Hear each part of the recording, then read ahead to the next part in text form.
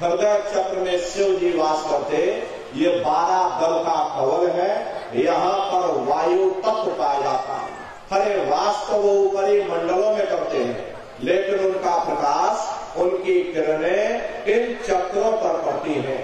उसी के ऊपर एक कंठ चक्र आता है। यहाँ पर आद्या महाशक्ति की किरणें पड़ती। ये 16 दल का कवल है। और आप सबसे ऊपर, तुम्हारी जीवात्मा सबसे ऊपर दोनों आंखों के मध्य भाग में बैठी है, जहाँ पर देवियां बिंदी लगाती और पुरुष जहाँ टीका लगाते।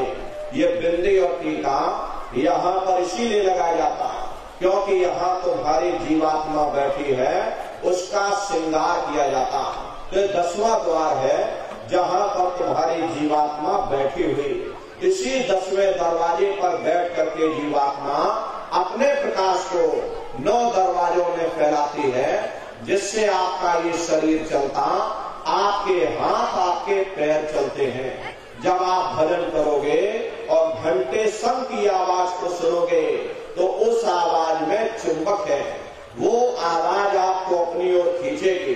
और जब खिंचाव होगा तो जीवात्मा का फैला हुआ प्रकाश 9 द्वारों से सिमट करके यही 10वें दरवाजे पर इकट्ठा हो जाएगा।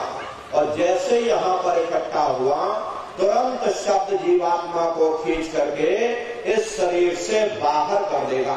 फिर आप अपनी आंखों से देखिएगा कि हमारा शरीर ये है और हम ये खड़े। आप अपने शरीर से अलग हो जाओगे। जैसे चिड़िया होती है, चिड़िया घोंसले से निकल करके आसमानों की उड़ान भरती है और शाम को फिर अपने घोंसले में आ जाती है। ऐसे ही तुम्हारी जीवात्मा इस शरीर रूपी घोंसले से निकल करके ब्रह्मांडों की सैर करेगी, देवी देवताओं के दर्शन करेगी, राम और कृष्ण के दर्शन करेगी और घूम करके फिर अपने शरीर रूपी घोंसले में वापस चली आएगी। हरे प्रेमी भाई बहनों, ये ब्रह्मा विष्णु महादेव जिनकी सारी दुनिया पूजा करती है, आप सभी लोग ब्रह्मा विष्णु महादेव की पूजा करते हो, लेकिन कभी आपने विचार नहीं किया कि भाई जिनकी हम पूजा कर रहे आखिर ये है कौन, ये कहाँ पर रहते हैं, ये क्या काम करते हैं, हर इनके माँ बाप कौन है। तो जरा संक्षिप्त में आप लोग समझिएगा, क्योंकि अगर इसका वर्णन किया जाएगा लाखों वर्ष लग जाएंगे, एक लोक का वर्णन नहीं हो सकता। इतने विशाल विशाल लोक बने हुए, लेकिन संक्षिप्त में आपको बताया जा रहा कि किन किन मंडलों को पार करते हुए तुम्हारी ये जीवात्मा अपने 5वें मंडल पर यानी कि सचखंड में पहुंचेगी। प्रेमी भाई बहनों, जब आप भजन करोगे और घंटे संग की आवाज को पकड़ करके शरीर रूपी घोंसले से जब बाहर निकल जाओगे तो उसी शब्द को पकड़ करके ये जीवात्मा ब्रह्मांडों की चढ़ाई करती है। पलक झपकती है जीवात्मा, खर्ब और जोजन मील ऊपर चली जाती। ये सूरज चांद सितारों को पार करने के बाद सबसे पहले जो आपको लोक मिलेगा उसे महात्माओं ने शिवलोक कहा। शिवलोक तमोगुणी स्थान है, वहाँ के मालिक शिव जी हैं, वो पार्वती जी के साथ उस लोक में विराजमान हैं। शिव जी का दर्शन करने के बाद फिर जब आप ऊपर चढ़ोगे, उसी के ऊपर ब्रह्मा जी का लोक मिलेगा। ब्रह्मा जी का लोक वो रजोगुणी स्थान है, वहाँ के मालिक ब्रह्मा जी हैं, वो गायत्री सावित्री और सरस्वती के साथ उस लोक में विराजमान हैं। ब्रह्मा जी का दर्शन करने के बाद फिर घंटे संग की आवाज को पकड़ करके फिर जब आप ऊपर चढ़ोगे, उसी के ऊपर आपको विष्णु लोक मिलेगा। विष्णु लोक वो सतोगुणी स्थान है, वहाँ के मालिक विष्णु जी हैं। उनका बड़ा मनमोहक स्वरूप है, उनकी 4 भुजाएं हैं और चारों भुजाओं में शंख गदा पद्म और चक्र सुशोभित है। और आप क्षीर सागर में लक्ष्मी जी के साथ विराजमान हैं। ये तीनों देवता ब्रह्मा विष्णु और महादेव अपने अपने लोक में बैठ करके राज कर रहे। एक रचयिता है जो जीवों को रचता है, एक पालनहार है जो जीवों को पालता है, और एक संहार करता जो जीवों को नष्ट कर देता। एक का काम है घड़े को बनाना, एक का काम है घड़े की सुरक्षा करना, एक का काम है घड़े को तोड़ देना। इनकी जो माता है वो आद्या महाशक्ति है। ब्रह्मा विष्णु महादेव लोक के ऊपर वो आद्या महाशक्ति का लोक आता। उसी लोक को पार करने के बाद सबसे पहला देश पड़ता है, या यूं कह लीजिए कि पहली राजधानी पड़ती है, जिसे महात्माओं ने सहस दल कवल कहा। वो राजधानी है। ये ब्रह्मा विष्णु महादेव के जो लोक हैं, उस राजधानी के अंतर्गत आने वाले जिले हैं। प्रेमी भाई बहनों, राजधानी का जो मालिक है वो निरंजन भगवान है। ये ब्रह्मा विष्णु महादेव ये निरंजन भगवान के ही पुत्र हैं, और ये आद्या महाशक्ति ये निरंजन भगवान की अर्धांगिनी है। और निरंजन भगवान स्वयं तीनों लोकों के मालिक हैं। उन्हीं को त्रिलोकीनाथ कहा जाता। हिंदू उन्हीं को परमात्मा कहते, मुसलमान उन्हीं को खुदा कहते, ईसाई उन्हीं को गॉड कहते।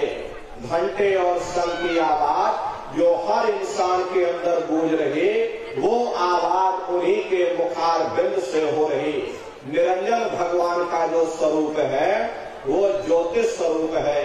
हजार बाती की अखंड ज्योति वहाँ पर बराबर जल रही। हम आप यहाँ मंदिरों में ज्योति जलाते हैं, ये तो उसकी नकल करते हैं। इस ज्योति में तेल की जरूरत पड़ती, बाती की जरूरत पड़ती, लेकिन वो अखंड ज्योति ऐसी है जिसमें ना तेल की जरूरत है और ना बाती की जरूरत है। पलटू साहब ने जिक्र किया कि उल्टा कुआ गगन में तिसमें जरे चिराग, और तिसमें जरे चिराग, बिना रोगन बिन बाती, और 6 ऋतु 12 मास जब रहे दिन राती। सतगुर मिले जो होए ताहि की नजर में आवे, और बिन सतगुर नहीं कोई वाह को दर्शावे। वो अखंड ज्योति ऐसे है जिससे पूरा ब्रह्मांड प्रकाशवान हो रहा।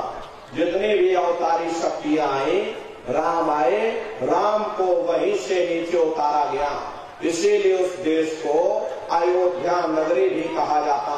और जितने देवी देवता ब्रह्मा विष्णु महादेव आदि की उत्पत्ति वहीं से हुई।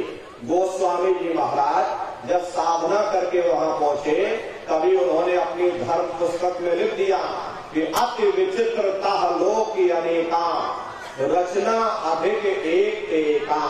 विचित्र विचित्र भांत के वहां पर लोग बने हुए, एक से एक सुंदर महल बने हुए, जिनकी शोभा अवर्णीय है। प्रेमी भाई बहनों, निरंजन भगवान का दर्शन करने के बाद फिर तुम्हारी ये जीवात्मा दूसरे मंडल के शब्द को पकड़ करके दूसरे मंडल की चढ़ाई करेगी।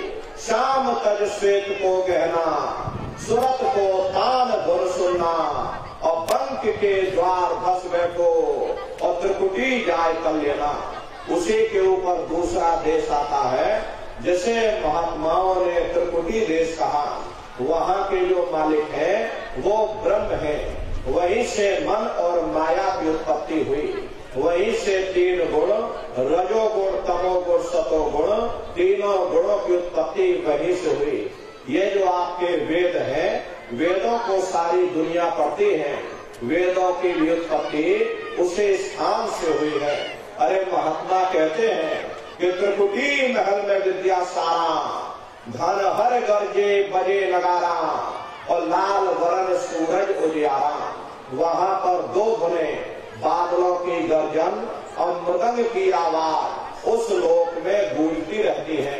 जैसे पहले स्थान पर निरंजन भगवान के देश में घंटे और शंख की आवाज गूंजती, ऐसे ही दूसरे मंडल पर यानी कि ब्रह्म के देश में बादलों की गर्जन और मृदंग वहाँ पर बजता रहता।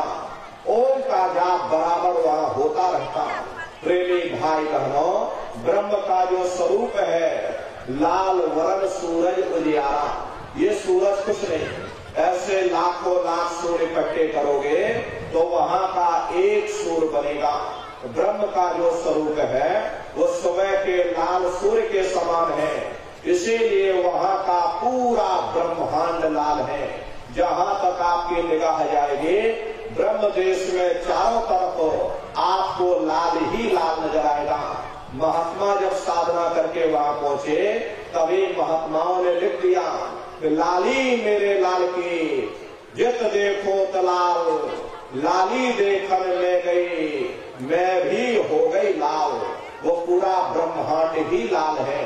जितने साधक वहां पहुंच जाते हैं उन सभी को योगेश्वर कहा जाता।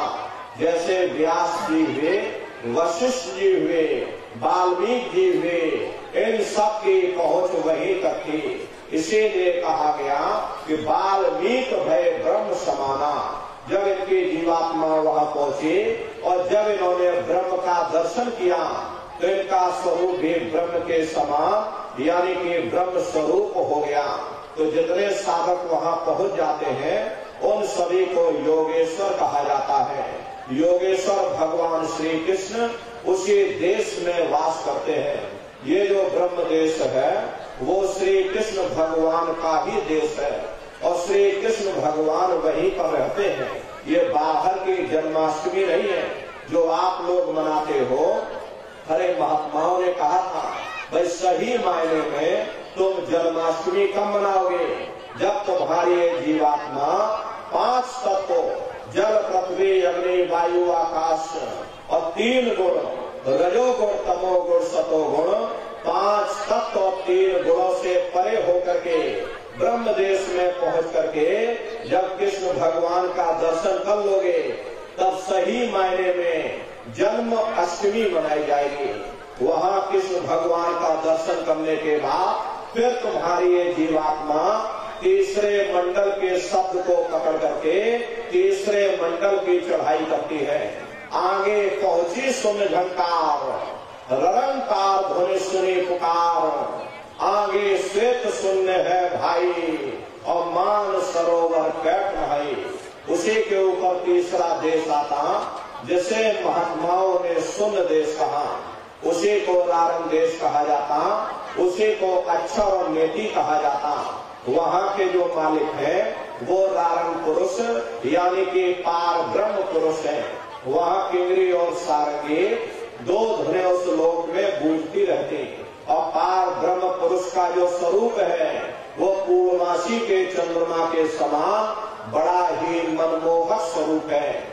इसी स्थान पर प्रेमी भाई बहनों एक बहुत बड़ा अमृत का सरोवर बना जिसे महात्माओं ने मान सरोवर कहा। जब तुम्हारी जीवात्मा उस मान सरोवर में स्नान कर लेगी तो जन्म जन्मांतरों के मैले पाप कर्म साफ हो जाएंगे। अरे यहाँ के पानी से तुम्हारे कर्मों की सफाई नहीं होने वाली। ये बाहर का पानी तुम्हारे शरीर के मैल को धो सकता है, लेकिन जो पापों का मैल है, जो अंतःकरण में गंदगी जमा, वो जब साफ होगी जब आप तीसरे मंडल पर पहुंच करके उस गंगा में डुबकी लगाओगे। उसमें स्नान करने के बाद ये जीवात्मा हंस रूप हो जाती है। हंसन मिले हंसा हो जाई, मिले जो अमी हारा है। जीवात्मा का खुद का प्रकाश उस अमृत के सरोवर में स्नान करने के बाद 16 सूर्य के बराबर हो जाता। तो फिर यही जीवात्मा चौथे मंडल के शब्द को पकड़ करके चौथे मंडल की चढ़ाई करती है। 2 पर्वत के संग निहारो, भंवर गुफा के संत पुकारो। 2 पर्वतों को पार करने के बाद वो बड़ा सुंदर देश आता जिसे महात्माओं ने भंवर गुफा कहा। वहाँ के जो मालिक हैं वो सोहन पुरुष है। वहाँ बंसी यानी मुरली की मधुर ध्वनियां सदा उस लोक में उच्चारण होती रहती। और सोहन पुरुष का जो स्वरूप है वो दोपहर के सूर्य के समान महाप्रकाशवान स्वरूप है। स्वरूप में अंतर है। पहले स्थान पर निरंजन भगवान का जो स्वरूप है वो ज्योतिष स्वरूप है। दूसरे स्थान पर ब्रह्म का जो स्वरूप है वो सुबह के लाल सूर्य के समान है। तीसरे स्थान पर पार ब्रह्म का जो स्वरूप है वो पूर्णमासी के चंद्रमा के समान है। चौथे स्थान पर सोहम पुरुष का जो स्वरूप है वो दोपहर के सूर्य के समान महाप्रकाशवान स्वरूप है।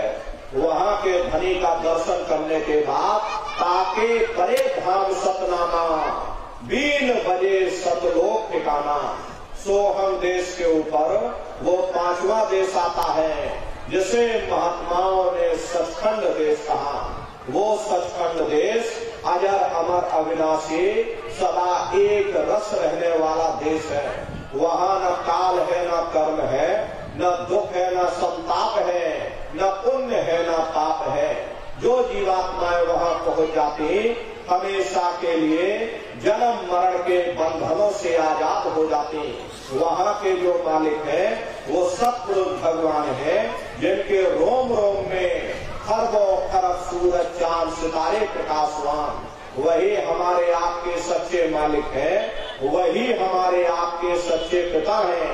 हमको आपको वहीं से नीचे उतारा गया, फिर शब्द को पकड़ करके शब्द शब्द पौड़ी पर चढ़कर और पहुंचो सचखंड सतनाम। शब्द की सीढ़ी हर मंजिल पर लगा रखी। आपने भजन किया, घंटे संग की आवाज को पकड़ा तो आप पहले मंडल पर चढ़ जाओगे। वहीं पर आपको दूसरे मंडल का शब्द सुनाई पड़ेगा, उसे आप पकड़ लोगे तो आप दूसरे मंडल पर चढ़ जाओगे। ऐसे ही शब्द दर शब्द, मंजिल दर मंजिल ये जीवात्मा अपने देश सचखंड में पहुंच जाती। तो शब्द कब पकड़ में आएगा? जब आप भजन करोगे। और भजन कैसे किया जाएगा? एक बार फिर से आप लोग समझ लीजिए। ये आंख और कान को बंद करिएगा लेकिन मन को रोकिएगा। ऐसे समय पर तुम्हारा ये मन जरूर भागेगा। अभी आप सत्संग में बैठे हो, शरीर तुम्हारा यहाँ बैठा लेकिन मन सारी दुनिया में भ्रमण कर रहा। अब किसी को पानी पीने जाना है, मन पानी पीने पहुंच गया। कोई बाल बच्चों को घर में छोड़कर आया, मन बाल बच्चों में पहुंच गया। कोई दुकान दफ्तर छोड़ करके आया, मन दुकान दफ्तर में पहुंच गया। कोई खेती बाड़ी छोड़ करके आया, शरीर बेचारा यहाँ बैठा लेकिन मन खेत में जुताई कर रहा। तो ऐसे भजन से कोई लाभ नहीं होगा। अरे जिन्होंने मार मंडाला उन्हीं को सूरमा कहना, बड़ा बैरी ये मन घट में, इसी का जीत ना कटना। अगर दुनिया में कोई हमारा दुश्मन है वो केवल हमारा मन है। ये मन रूपी रावण कब मरेगा? जब 9 द्वारों पर फतेह हासिल करके तुम यहाँ 10वें द्वार पर चढ़ जाओगे, तब सही मायने में दशहरा मनाई जाएगी। ये बाहर की दशहरा नहीं है जो लकड़ी का रावण बना देते हो और फूंक फाक करके घर चले आते हो, कहते भाई हमने रावण मार दिया। अरे महात्माओं ने कहा था भाई सही मायने में तुम दशहरा कब मनाओगे? जब 9 द्वारों पर फतेह हासिल करके तुम यहाँ 10वें द्वार पर चढ़ जाओगे, तब सही मायने में विजयदशमी मनाई जाएगी। तब ये मन रूपी रावण तुम्हारा मरेगा। तब तुम्हारी जीवात्मा, हर इसी जीवात्मा को महात्माओं ने राम भी कहा। अरे आपके धर्म पुस्तकों में लिखा है, एक राम दशरथ का बेटा, एक राम घट घट में लेटा, एक राम का सकल पसारा, एक राम है सबसे न्यारा। एक वो राम है जो अयोध्या के वासी हैं और एक राम घट घट में लेटे, यानी हमारी आपकी जीवात्मा जो हर एक के अंदर मौजूद है।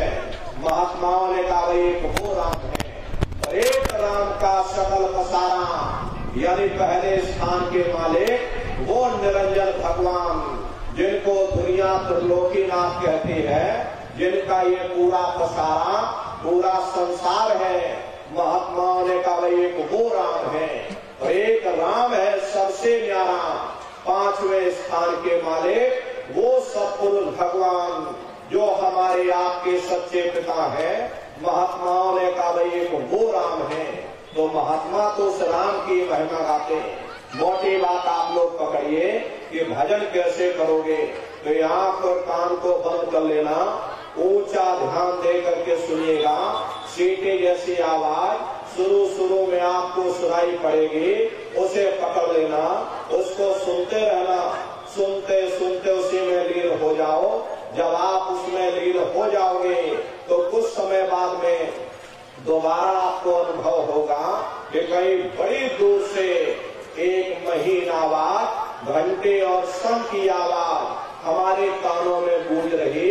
जब घंटे शंख की आवाज आपको सुनाई पड़ने लग जाए तब आप सीटी की आवाज को छोड़ देना और घंटे शंख की आवाज को पकड़ लेना। एक बार प्रेमी भाई बहनों आप उस आवाज को पकड़ लो, फिर वो आवाज आपको नहीं छोड़ेगी, खींच करके शरीर से बाहर कर देगी। फिर रोज आना, रोज ब्रह्मांडों की सैर करना, रोज देवी देवताओं के दर्शन करना, रोज राम के दर्शन करना और रोज कृष्ण के दर्शन करना।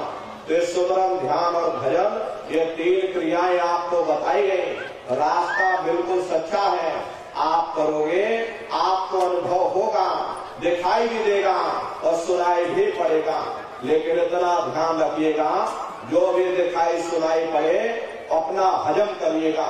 जितना हजम करोगे उतना रास्ता खुलता चला जाएगा। तो सुमरन, ध्यान और भजन नित्य नियम से आप लोग करिएगा। नागा नहीं होना चाहिए।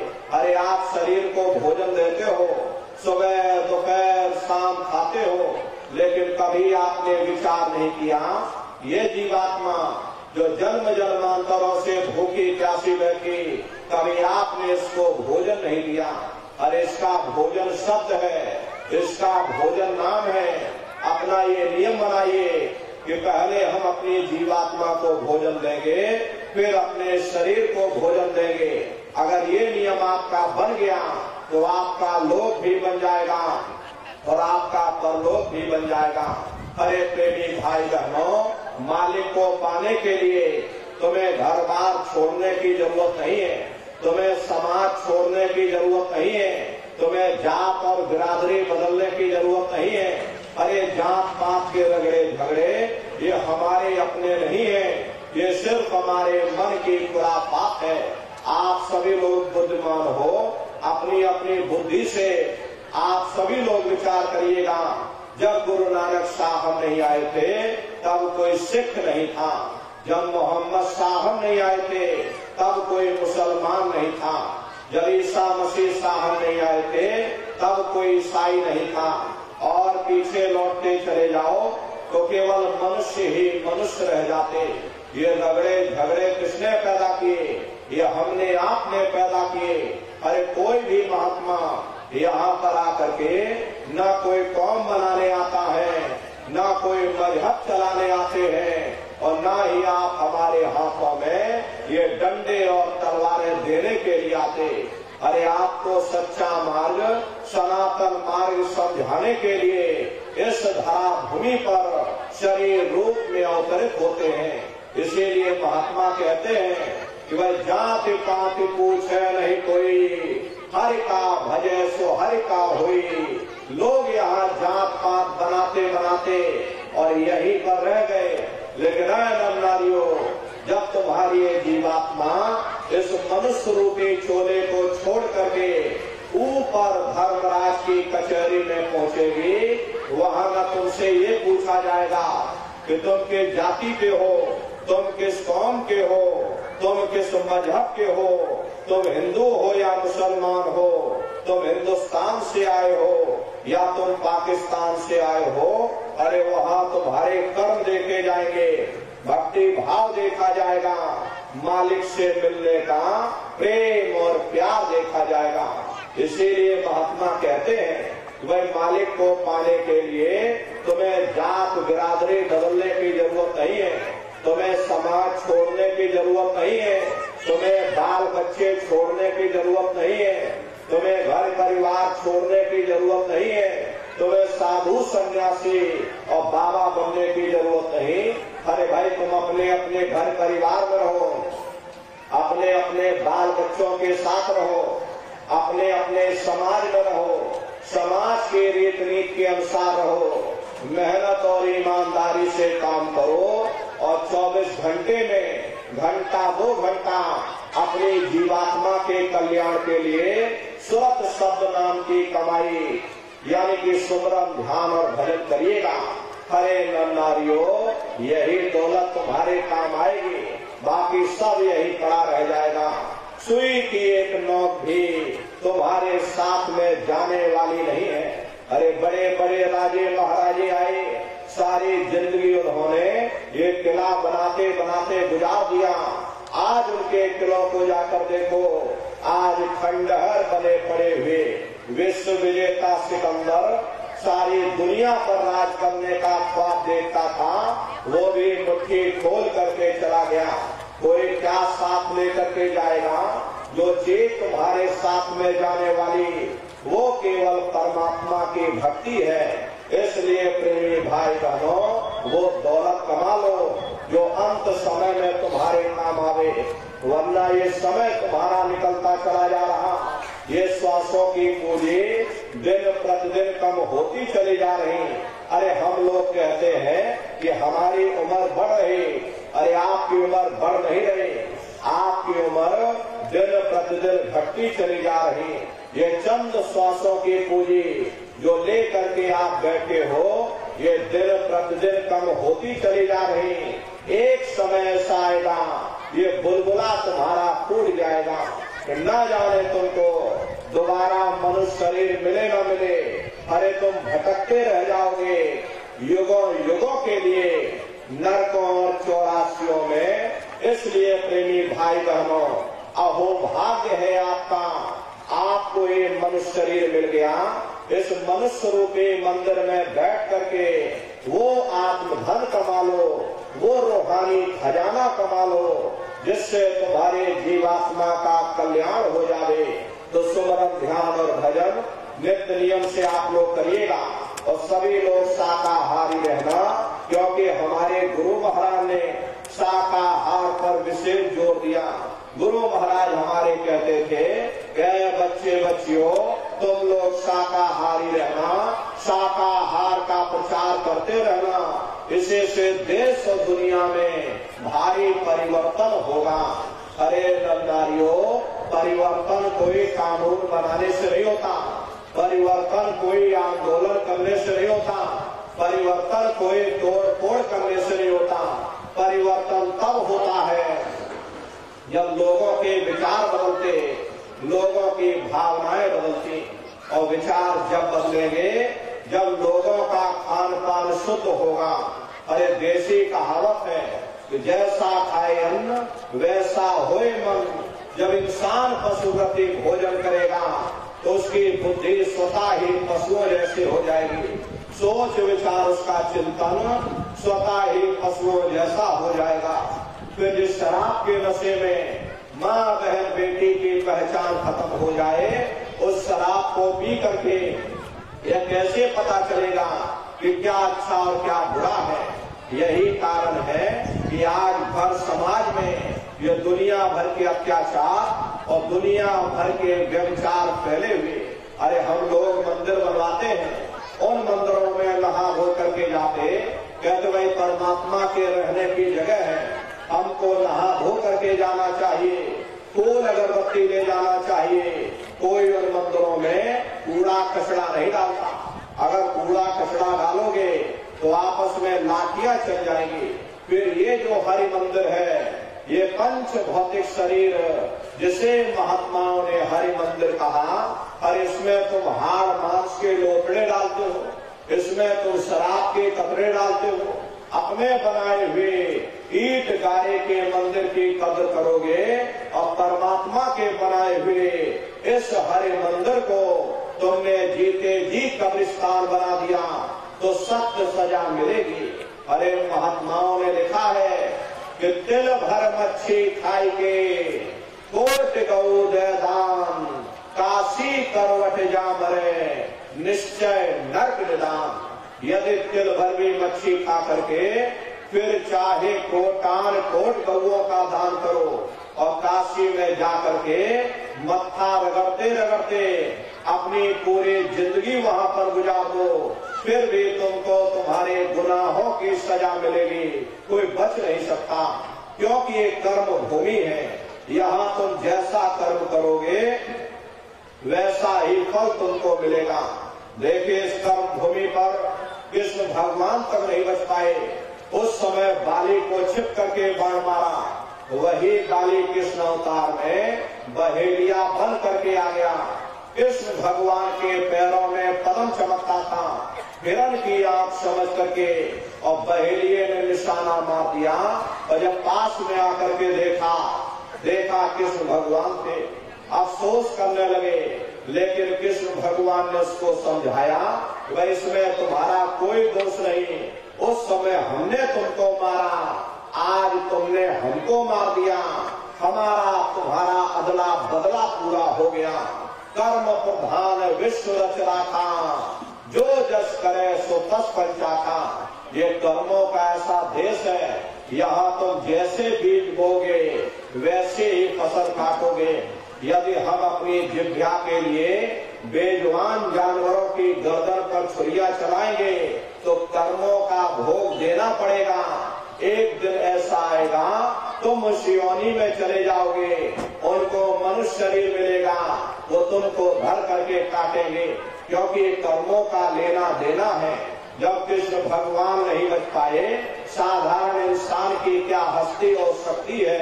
इसलिए प्रेमी भाई बहनों, आपसे हमारी प्रार्थना है कि आप सभी लोग शाकाहारी रहिएगा। कोई ऐसा नशा मत करना जिससे बुद्धि तुम्हारी पागल हो जाए। घर में माँ बहन बेटी की पहचान खो दो। अरे तरह तरह की बीमारियां जो आज के समय में आ रही, इसका मुख्य कारण एक ही है कि लोगों का खान पान खराब हो चुका। अरे प्रेमी भाई बहनों, अपनी बुद्धि से विचार करिएगा। इंसानों के खून में जब जानवरों का खून मिल जाएगा, इंसानों के अंदर जब जानवरों के कीटाणु पहुंच जाएंगे, तो न जानवरों की दवा काम में आएगी और न इंसानों की दवा काम में आएगी। परिणाम क्या होगा? ऐसी महामारियां फैलेंगी। अरे प्रेमी भाई बहनों, आप राम को मानते हो, आप कृष्ण को मानते हो, तो उनके आदर्शों पर भी चलना सीखो। राम ने कभी नहीं कहा कि तुम मांस खाओ, शराब कभी नहीं पी। अरे प्रेमी भाई बहनों, चाहे राम हुए, चाहे कृष्ण हुए, चाहे अन्य देवी देवता हुए, चाहे अन्य संत महात्मा हुए, सभी महात्मा यही कह करके गए कि अहिंसा परमो धर्मा। अगर हमने किसी को बनाया नहीं तो मिटाने का अधिकार हमारे पास नहीं है। इसलिए प्रेमी भाई बहनों, आपसे हमारी प्रार्थना है कि आप सभी लोग, अरे आप इंसान हो, इंसान का काम है दया करने का। अरे आप जीवों पर दया करो। इतना ध्यान रखो कि अगर हमने किसी को बनाया नहीं तो हम आप मिटाने वाले कौन हो सकते। इसलिए प्रेमी भाई बहनों, आप जीवों पर दया करो। दया धर्म का मूल है। इसलिए प्रेमी भाई बहनों, आपसे हमारी यही प्रार्थना है कि आप सभी लोग शाकाहारी रहिएगा। देखिए, हमारे गुरु महाराज परम संत बाबा जय गुरुदेव जी महाराज ने एक अच्छे समाज के निर्माण के लिए, चरित्रोत्थान के लिए, लोगों को शाकाहारी और सदाचारी बनाने के लिए 116 वर्ष की आयु तक अथक मेहनत और परिश्रम किया। हमारे गुरु महाराज ने अपने गुरु की याद में मथुरा आश्रम पर इतना विशाल मंदिर बनवाया। गुरु महाराज हमारे कहते थे कि बच्चा, मंदिर का वो देवता वहाँ पर बैठ करके बरकत बांट रहा। अरे आप लोग आइए, वहाँ कोई रुपया पैसा नहीं चढ़ाया जाता, कोई चंदा चुटके नहीं। अरे आप लोग आए, मंदिर के देवता के सामने अपनी एक बुराई को चढ़ा दीजिए। वहाँ पर बुराई चढ़ाई जाती है कि हम आज से मांस मछली नहीं खाएंगे, हम आज से अंडा शराब का सेवन नहीं करेंगे, हम आज से झूठ नहीं बोलेंगे, हम आज से किसी को धोखा नहीं देंगे। अरे प्रेमी भाई बहनों, आप अपनी एक बुराई चढ़ा देना, आपकी एक मनोकामना पूरी होगी। ऐसा वरदानी मंदिर गुरु महाराज ने अपने गुरु की याद में मथुरा आश्रम पर बनवाया।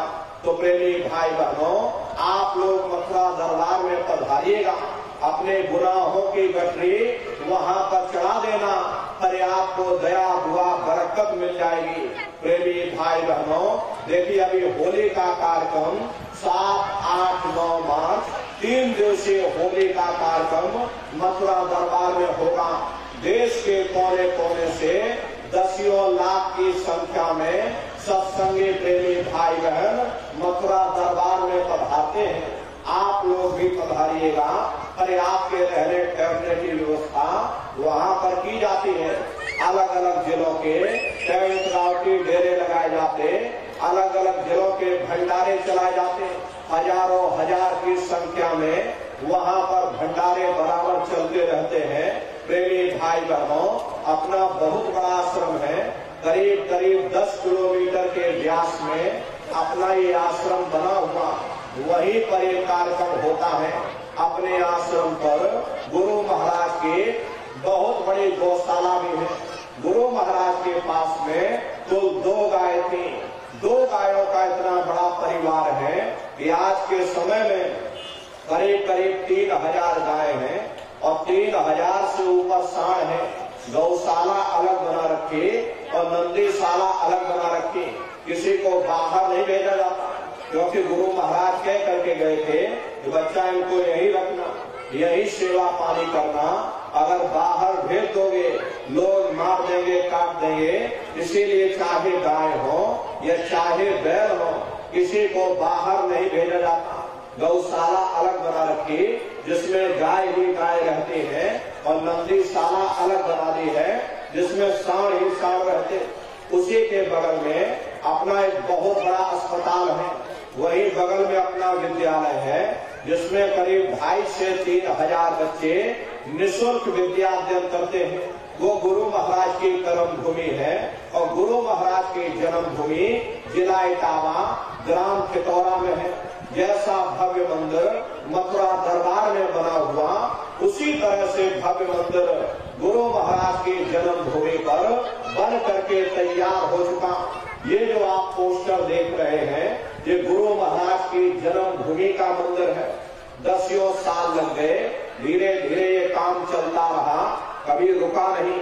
धीरे धीरे बराबर सेवा चलती रही, काम वहाँ चलता रहा और आज गुरु महाराज की दया कृपा से ही गुरु महाराज की जन्म भूमि पर भी भव्य मंदिर ये बन करके तैयार हो चुका। ताजमहल उसके सामने कुछ नहीं, ऐसे 2-3 ताजमहल खड़े कर दोगे, एक भव्य मंदिर दिखाई पड़ेगा। पूरा मार्बल से बना हुआ, करीब करीब 2 से 2,500 बीघे में अपना वो आश्रम बना हुआ। प्रेमी भाई बहनों, आप लोग पधारिएगा। गुरु महाराज की जन्मभूमि और गुरु महाराज की कर्म भूमि का दर्शन दीदार लाभ प्राप्त करिएगा। ये होली का कार्यक्रम होगा, सभी प्रेमी भाई बहन सपरिवार पधारिएगा और अपने अपने बच्चों को भी बराबर आप सभी लोग सत्संग में लाते ले जाते रहिएगा। हम लोग ये सोचने लगते हैं कि अरे बच्चों को क्या करेंगे ले जाकर, इन बच्चों को घर में रहने दो, इनकी पढ़ाई लिखाई की उम्र है, अभी इनको पढ़ाई लिखाई करने दो। ये सत्संग सुनना, ये भजन पूजा पाठ करना, ये तो हम लोगों का काम है। ये हमारी आपकी एक गलत सोच है। प्रेमी भाई बहनों, पढ़ाई लिखाई जरूरी है। ये प्रेमी भाई बहनों, शिक्षा बहुत जरूरी है। हमको भी गुरु महाराज ने पढ़ाया लिखाया, हम भी पहले 10वीं किए, 10वीं के बाद फिर हमने 12वीं किया, 12वीं के बाद फिर हमने BA किया, BA करने के बाद LLB किया, LLB करके वकील बने।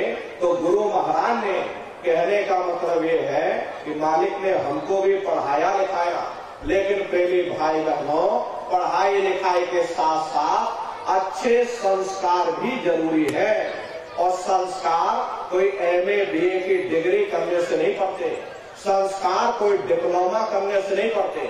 अगर MA BA की डिग्री करने से बच्चों के अंदर संस्कार पड़ जाते तो हिंदुस्तान में इतने वृद्धाश्रम न खोले गए होते।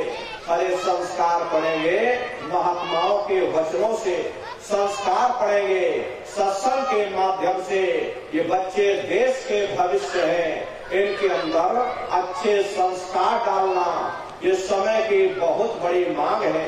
आज के समय में संस्कारों की कमी देखी जा रही, वरना पहले के समय में अकेले माँ बाप अपने 4-4 बच्चों को पाल लेते थे, लेकिन आज के समय में वही 4-4 बच्चे अपने माँ बाप को खिला नहीं पा रहे। शादी हो जाती है, कहते भाई 10 दिन तुम हमारे घर में छोड़ दो और फिर 10 दिन तुम अपने घर में ले जाना। अरे प्रेमी भाई बहनों, ये संस्कारों की बहुत बड़ी कमी है। ये बच्चे आपकी धरोहर है, ये आपकी जड़ है।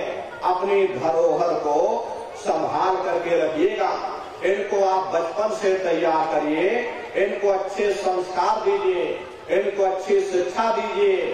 खुद भी भजन करो, बच्चों को भी भजन ध्यान सुमरन पर बैठाओ, खुद भी शाकाहारी रहो, बच्चों को भी शाकाहारी बनाओ। अब आप खुद शराब पीकर घर में आओगे, बच्चे तुम्हें देख देख करके शराब पीने लग जाएंगे और तुम उनको रोकोगे टोकोगे, वही बच्चे आपको जवाब दे देंगे कि जब तुम पीते हो तो हम क्यों ना पिए। अरे प्रेमी भाई बहनों, बहुत से लोगों को हमने देखा, घर उजड़ते देखा है। वही बच्चे शराब पी करके अपनी जमीन जायदाद बेच दिए, घर मकान बेच दिए। बड़े बड़े धनी मानी लोग आज कंगाल हो गए।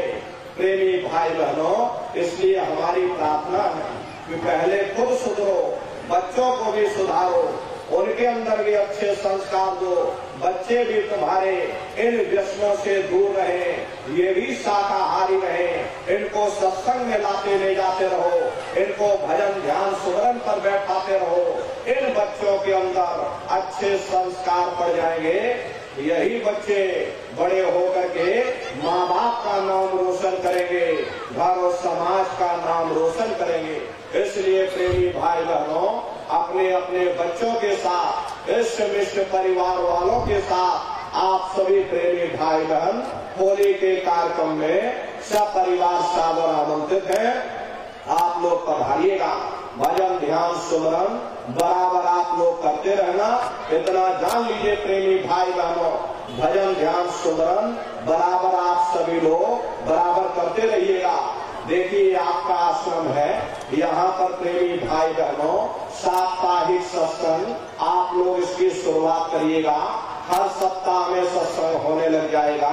सभी लोग इकट्ठे होकर के सुमरन ध्यान भजन करने लग जाएंगे। एक जगह पर सत्संग मिल जाएगा, तो इस आश्रम पर भी साप्ताहिक सत्संग आप लोग चालू करिएगा और नित्य नियम से भजन ध्यान सुमरन करते रहना। इतना समझ लीजिए, ये रास्ता बिल्कुल सच्चा है। आप करोगे तो आपको अनुभव होगा, दिखाई भी देगा, सुनाई भी पड़ेगा। अरे आपका लोक भी बन जाएगा और आपका परलोक भी बन जाएगा। इसी के साथ अब हम अपनी वाणी को विराम देते हैं।